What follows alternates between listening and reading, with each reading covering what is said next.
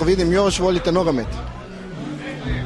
Mi smo danas svirali pjesmu koja je stara preko 10 godina.